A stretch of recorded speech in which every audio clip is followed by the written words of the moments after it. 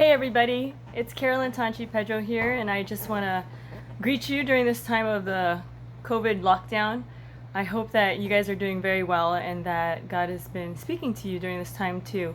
I'm a firm believer that when it comes to songs, although it does take a lot of hard work and thinking, that I really feel like we are just the scribes and God gives the inspiration and then He allows us to write songs. And so when it came to the song Majestic, just to give you guys a little bit of a background, I was in Bible school in a little town called Schladming, Austria. And it's this really small town in the middle of, pretty much in the middle of the Austrian Alps, in the middle of nowhere, but it's a beautiful little town.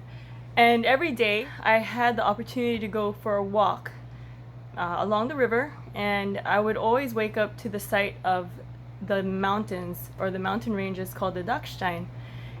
I remember thinking about the words of this song during that time that I was in Austria, because when I would look at the mountains, if you remember the words of Majestic, it says, the first line is, "Look unto the mountains and see the majesty of the one who created everything."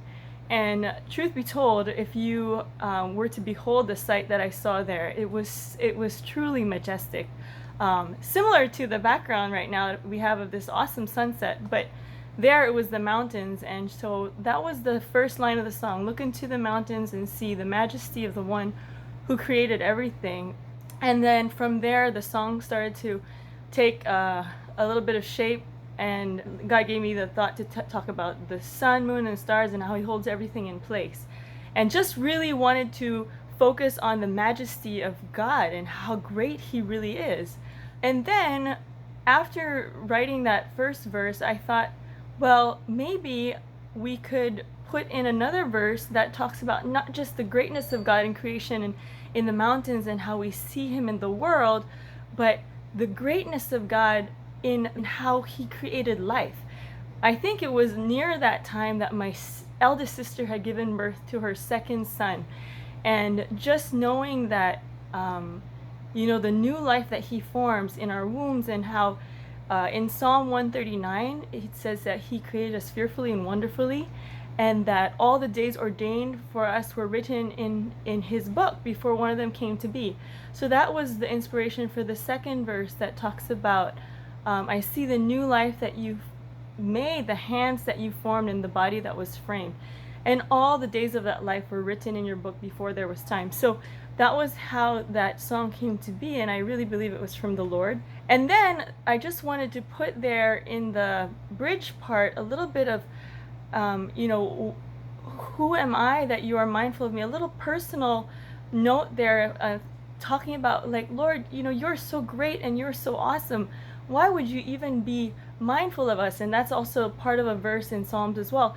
So it's just putting into perspective, like, we have this great and awesome God who created these wonderful mountains and holds the stars and the sky and everything in its place, and yet He thinks about me and who am I? Like, I am nothing, and I don't deserve any of this, but He loves me that much, because that's how much God does love you.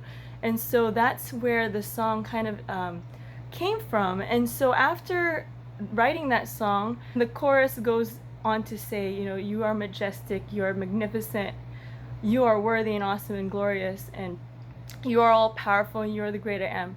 And the world will speak of the wonder of your name, because that's really who God is. And I wanted the song to really glorify and magnify who God is. So the song was done, actually. It was done with two verses, a pre-chorus and a chorus, and that was in 2000 and around 2006, 2007-ish, but we never got to produce the song.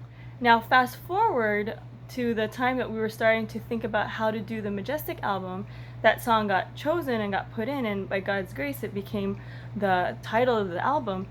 But when one of the core leaders of Exalt heard the song, he said, Carolyn, I think you should add another verse.